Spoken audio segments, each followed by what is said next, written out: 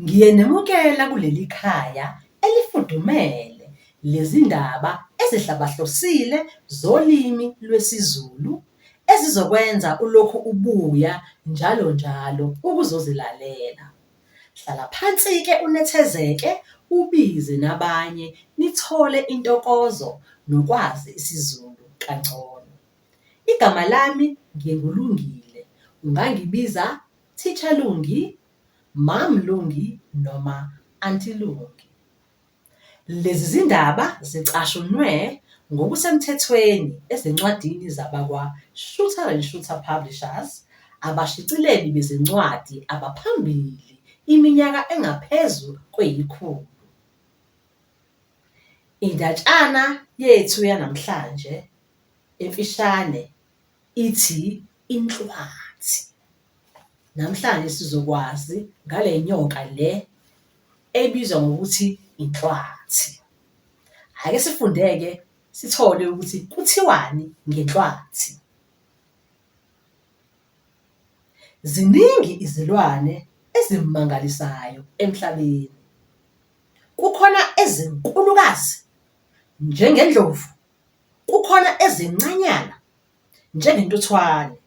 Izinhlobo zezilwane zidida ingqondo uma uzicabanga.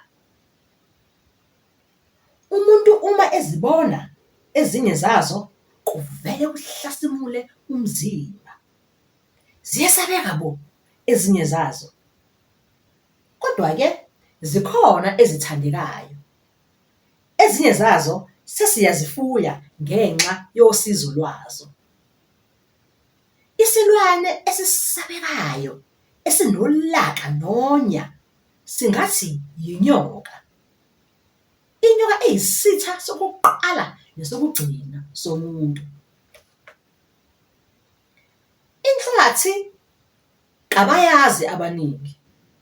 Iningi lethu lazi zona izinyoka ezincane kugcine.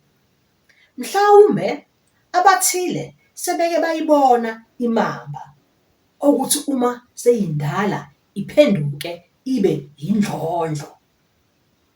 Zonke lezi zinyoka kazilutho uma zilinganiswa nenhlwathi. Umbala wayo uthi kawufane nowebululu. Ubukhulu bayo buyesabeka. Uma uyibona esikhotheni sotshani, ungathi sibonda samuthi muni sona lesi. Ubude bayo bungahle bube ngamanyathelo 5 endoda, kokunye kweqe lapho. Zimbili izinhlobo zayo. Kukhona ehlala emanzini nasezibeni zemifula. Ithanda kakhulu ukwethamela isigcaki selanga emini.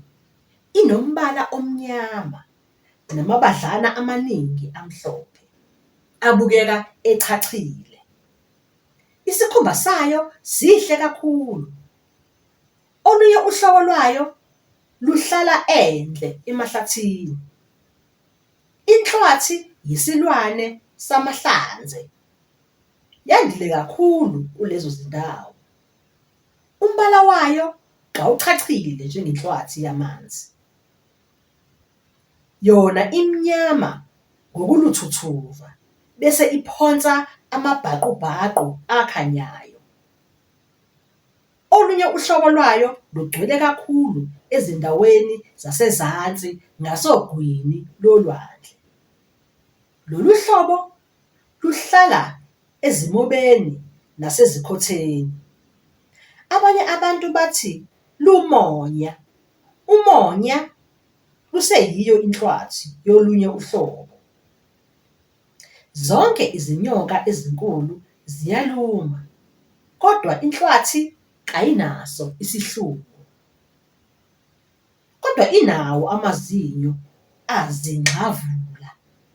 Uma inhlwathi ibona inyamazane noma umuntu, iyathula ithi du, izishaye isilima. Umuntu esakhangwa imibalabala yayo emihle, kanti yona isizothola ithuba lokumthonya angabe esakwazi ukunyakaza. Kwesinye isikhathi, uma inyamazane ithuke seyizithela phezu kwayo, inhlwathi izoyibamba ngesidumbu sayo. Ingayibamba izoyimpintshiza ize ife. Umuntu nayo imenza sona leso aze afe. Ingambona ukuthi usefile, izobukhotha bese iyamgwinya. Ngisho impongokazi noma inqama iyigwinya kanye nezimpondo zayo. Uma igwinye isilwane esikhulu, kayikwazi ukuhamba. Izozihlalela nje khona lapho kuze kubohle isisu. Uma inyamazane seyibolile, ingabola nje inyamazane esesiswini sayo, isizozibinya iqinise umzimba wayo ukuze kuphucuke izimpondo ebekade zibhobose umzimba wayo. Izimbotshana lezo zizobuye zivaleke. Kayikushayi mkhuba lokho ngoba yadalwa kanjalo. Abantu abakhe ehlanzeni bazibulala kwasa nje bese bethengisa ngezikhumba zazo. Kayisoze yadabula kumfo wasehlanzeni ngoba izothi iyaziphonsa phezu kwakhe ayijuqule ngocelemba.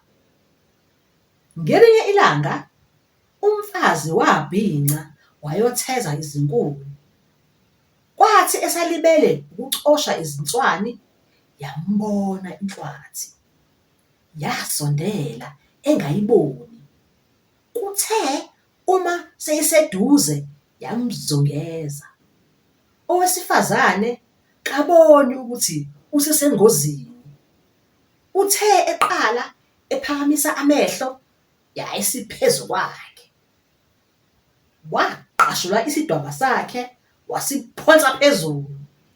Yasibamba isidwaba, umfazi waphutshuka ngaphansi kwayo. Wagijima wathi galo yiphuka. Isidwaba sasala nenhlwathi. Umfazi wasinda ebubini. Imvula, woza wemvula uzosicela we. Ngawo amathonsi abandayo qa. Siyakuthanda thina bantwanyana. Uma sidlala ucabhayiyane. Co, nco, ucabhayiyane. Umoya uyasitshela ukuthi asilindele. Uma usuzofika kugcwala imifula, kugcwale nehoshana. Siyowela phino, solala ezihlahleni, sidle izindaba. Imvula, woza wemvula uzosicela we. Ngawo amathonsi abandayo qa. Siyakuthanda thina bantwanyana. Uma sidlala ucabhayiyane. Co, nco, ucabhayiyane. umoya uyasitshela ukuthi asilindele. Uma usuzofika kugcwala imifula, kugcwale imihoshana, siyowela phino, sulale esihlahleni sife.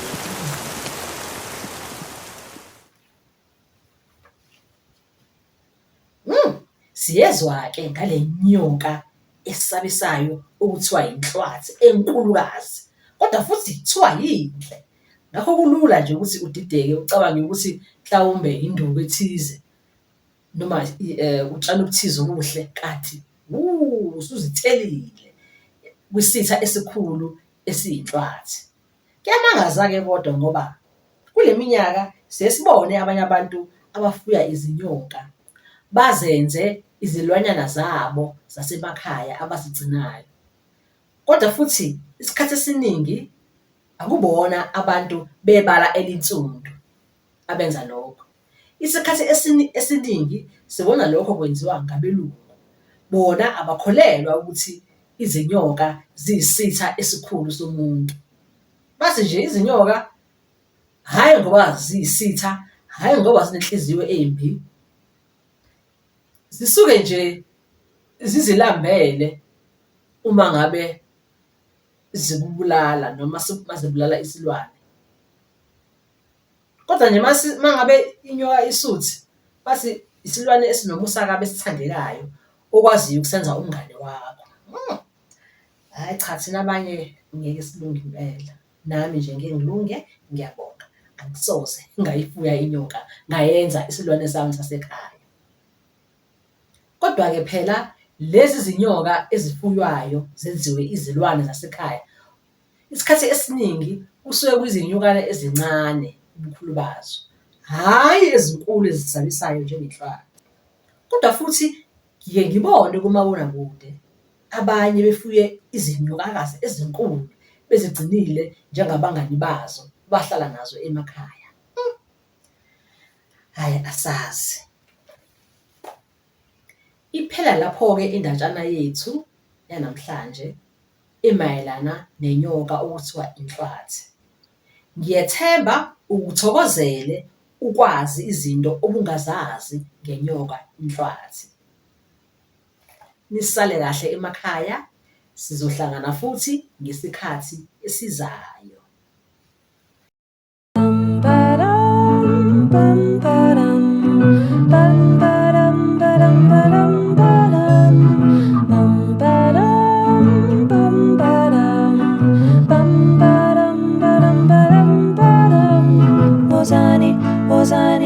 Wozani,